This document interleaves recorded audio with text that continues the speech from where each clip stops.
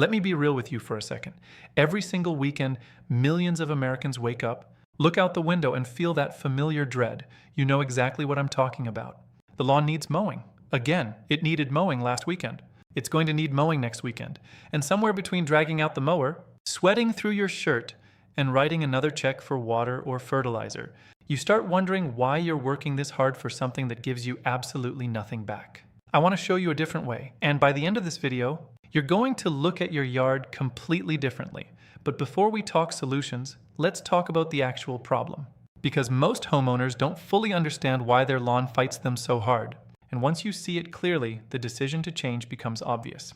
Traditional turf grass, your Kentucky bluegrass, your Bermuda, your fescue, was never designed for the American suburban yard.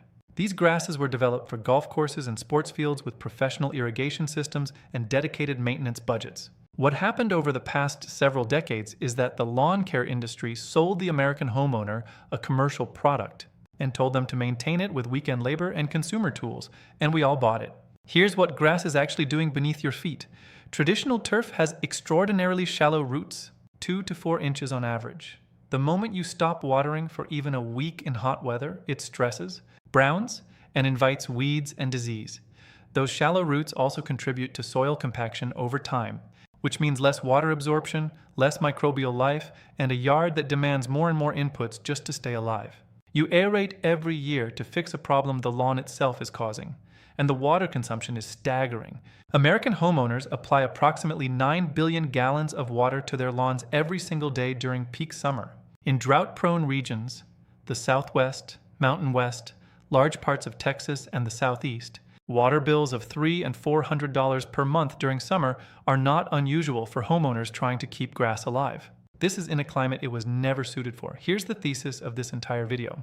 You do not have to live this way. There are 7 ground covers. Living, beautiful, fragrant, flowering ground covers. That will give you a yard you are genuinely proud of, that require a fraction of the water, and that need essentially 0 weekly mowing once established. Let's go through every single one. Before we do, drop a comment and tell me your biggest lawn frustration right now. The water bill, the time, the brown patches, the endless mowing? Tell me below. I read everything. Option 1 is Carapia, the super plant. If you're in California, Arizona, Nevada, Texas, Florida, or anywhere in the South or Southwest dealing with water restrictions and brutal summer heat, pay very close attention to this one. Carapia is a sterile, non-invasive hybrid ground cover developed from a Japanese plant called Phylla nodiflora, engineered specifically as a lawn replacement for warm climates. The drought tolerance is genuinely extraordinary. Once established, Carapia can survive on rainfall alone in many climates, or with up to 80% less water than conventional turf. In states where water pricing has become a serious household budget issue, that reduction means hundreds of dollars back in your pocket. It grows low, 2 to 4 inches, produces small white flowers that pollinators absolutely love. And because it's sterile, it won't spread aggressively beyond where you plant it. You stay in control. Here's what really earns it the superplant title though. Carapia handles moderate foot traffic and actively repairs itself when damaged. Kids playing, dogs running, regular backyard activity. Carapia recovers from that use better than almost any other ground cover alternative. That self-healing quality is remarkable. The honest limitation? It's a warm season plant that goes dormant and browns in cold weather. Zone 6 and colder, this may not be your year-round solution, and it takes 1 full growing season to establish fully. But for the right climate, there is arguably nothing better. Option 2 is Silver Ponyfoot, the designer's choice. And this one earns that title for a very specific reason. If you want something that makes people slow down when they drive past your house, Silver Ponyfoot does something almost no other ground cover does. It shimmers. Dichondra argentea produces small rounded leaves, covered in fine silver gray fuzz that catches light in a way that makes the entire planting appear to glow. When a breeze moves through a bed of Silver Ponyfoot, the leaves turn and catch light differently, and the whole surface seems to ripple. It is one of the most visually striking plants available in residential landscaping, and it achieves that effect while being incredibly low maintenance. It loves heat, it loves drought. It thrives in full sun in the exact conditions that destroy traditional lawn grass. Silver Ponyfoot sits in 95-degree heat, looking like liquid silver poured across your yard. The visual contrast is stunning. The honest limitation: This is a visual plant, not a performance plant. It does not recover well from regular foot traffic. Use it where you look more than you walk. Front yard slopes, under trees, along fence lines. Where it belongs is in the frame, not the center of activity. Option 3 is Rushianana, the succulent lawn. This is a low-growing succulent native to South Africa that stores water directly in its tiny, densely packed cylindrical leaves. In a drought, while your neighbor's lawn is yellowing and dying, your Russia lawn is sitting there plump, green, and completely unbothered. It forms an incredibly dense, tight carpet at about 2 to 3 inches tall, with virtually no gaps for weeds to penetrate once established. But here's the moment that genuinely stops people in their tracks. In spring, Rushianana covers itself in tiny pink to lavender flowers. The flowers are so dense that the green disappears entirely, and you are left with what looks like a carpet of living flowers. The whole lawn blooms. I have seen this in person, and I promise you, it is one of the most spectacular things a residential yard can produce. Once established, it needs watering only every 2 to 3 weeks in most climates. No fertilizing, no mowing. Hardy to about 10 degrees Fahrenheit, making it viable in zones 7 through 11. The honest limitation? Rushianana is slow to establish. It doesn't handle heavy foot traffic. It's not a cold climate plant. But in the right zone, it is an absolute showstopper. Option 4 is Corsican mint, the sensory experience. And this one engages your yard on a level no other plant on this list can match. Corsican mint, or Mentha requieni, forms a dense micro-textured carpet that grows only about ½ an inch to 1 inch tall. It produces tiny lavender flowers in summer and creates a remarkably beautiful, almost moss-like surface that works beautifully in shady areas and between stepping stones along pathways. But here is what makes it unlike anything else in landscaping. When you step on it, when anything applies even gentle pressure to those tiny leaves, it releases an intense, pure peppermint fragrance, not a subtle hint. A full, clean, unmistakable peppermint scent that rises up and fills the space around you. Children go absolutely wild for it. Guests react with genuine surprise and delight every single time. Put it between the stepping stones on your path from the driveway to the front door. Every person who walks to your house brushes those leaves and gets that fragrance experience. It is memorable in a way that very few plants ever achieve. The honest limitation, Corsican mint wants partial to full shade and consistent moisture. It does not survive extreme heat and drought. Best suited to zones 5 through 9 in cooler, shadier conditions. And while it handles light foot traffic well, it won't hold up under heavy regular use. Option 5 is microclover, the hybrid solution. And this one is fundamentally different from every other option on this list. Every other ground cover requires you to remove your existing lawn first. Microclover doesn't. You overseed it directly into your existing turf, right on top of what you already have. And it transforms your lawn from the inside out. Microclover is a miniaturized variety of white clover developed specifically for lawn integration. The leaves are noticeably smaller than standard clover, giving it a finer texture that blends naturally with turf grasses. And here's what it does for your soil that is genuinely remarkable. It fixes nitrogen from the atmosphere directly into the ground through its root nodules. Your lawn starts fertilizing itself. Over 1 to 2 seasons, most homeowners can dramatically reduce or eliminate fertilizer applications entirely. You are watching chemistry happen in your yard for free. It also stays green in drought conditions significantly longer than turf grass alone. And the overseeding process is simple. Mow short in early spring or fall, rake out thatch, broadcast seed across the area, water in. Within weeks, you'll see germination happening right among your existing grass. The honest limitation, if your lawn has been treated with broadleaf herbicides, those will also kill your microclover. You need to be off broadleaf herbicide products for at least 1 full season before overseeding.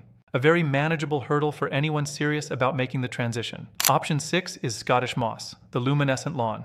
And I use that word luminescent deliberately because the color of this plant is unlike anything else in horticulture. Sagina subulata produces the most electrically vivid neon chartreuse green of any ground cover you will ever plant. It doesn't just look green. It genuinely glows.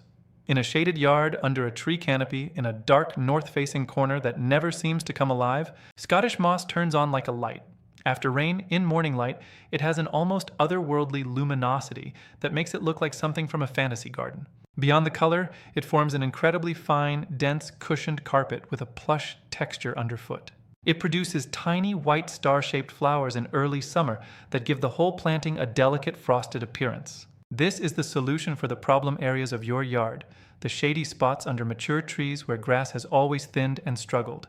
The north side of the house, the areas under a deck where light is filtered and inconsistent. Plant it where grass won't grow and watch it do effortlessly what turf never could. The honest limitation: not drought tolerant, not a full sun plant. It wants consistent moisture, good organic soil, and shade. Think of it as a visual carpet for your problem shade areas, not a walking surface. Option 7 is Blue Star Creeper, the Instagram lawn. And yes, I'm calling it that because when it blooms, it generates the kind of visual impact that genuinely stops people in their tracks. Isotoma fluviatilis produces a dense low mat of tiny fine leaves that in spring and summer covers itself with an almost continuous bloom of perfectly formed 5-petaled blue flowers. Not occasional flowers scattered here and there. A dense, continuous carpet of blue stars covering the entire surface so thoroughly that the green largely disappears beneath the bloom. A pathway bordered with blue star creeper in full flower, or a garden bed between stepping stones carpeted with those tiny blue stars. It photographs beautifully, draws the eye irresistibly, and creates the kind of garden moment people genuinely remember. It handles moderate foot traffic reasonably well, works in full sun to partial shade, stays at about 2 to 3 inches, and needs no mowing. One of the more flexible options on this list in terms of placement. The honest limitation: it wants consistent moisture and is not drought tolerant. Best in zones 5 through 9 with regular rainfall or irrigation, and in some regions it has shown invasive tendencies. So check with your local extension service before planting. Now, 7 options, each one genuinely beautiful, each one dramatically lower maintenance than what you're probably growing right now. So how do you actually make the transition? The answer is sheet mulching, one of the most elegant chemical-free techniques in low-maintenance landscaping. Here's the process. Mow your existing lawn as short as possible, then lay plain corrugated cardboard directly on top of the grass. Overlapping pieces by at least 6 inches so there are no gaps. The cardboard blocks all light to the grass beneath, killing it within 4 to 6 weeks, while simultaneously decomposing and feeding the soil organisms below. It does the job chemical herbicides are normally hired to do, without any toxicity, waiting period, or soil disruption. Wet the cardboard thoroughly, then cover it with 2 to 4 inches of compost-enriched mulch or topsoil. This becomes your planting medium. Plant your chosen ground cover plugs or divisions into this prepared surface, spacing them according to how quickly you want full coverage. Closer spacing means faster establishment. Wider spacing is more economical but requires more patience. Now here's what I call the maintenance reality check, because honesty about the establishment phase is one of the most important things I can give you today. For the first 3 months after planting, you will be weeding, not heavily, not endlessly, but regularly. Dormant weed seeds in your soil will germinate into the freshly prepared surface. Weeds from neighboring properties will creep in at the edges. Walk through weekly and pull what doesn't belong. This is normal. This is not failure. What happens on the other side of those 3 months is the entire payoff. Once your ground cover reaches 50 to 70% canopy coverage, a weed pressure drops dramatically. The shade from the canopy prevents most new weed seeds from germinating. The dense root system outcompetes what does try to establish. You go from weekly weeding to monthly maintenance to almost nothing. The plant takes over its own maintenance. That is the moment these ground covers fully deliver on their promise. And it comes reliably with every option on this list if you get through establishment with consistent attention. Water consistently during those first 6 to 8 weeks, even with drought-tolerant varieties. They need regular moisture to develop root systems before you can back off. And consider a phased transition. Start with one defined bed or one section of your yard. Learn that plant's behavior in your specific microclimate, then expand. A phased approach is lower risk and lower stress than overhauling the entire yard in one season. Imagine a Saturday morning in July. The sun is up, the air is warm, and your yard needs absolutely nothing from you. No mowing, no fertilizing, no dragging hoses across the lawn. Your ground cover is doing what it was designed to do, quietly and beautifully, asking nothing in return.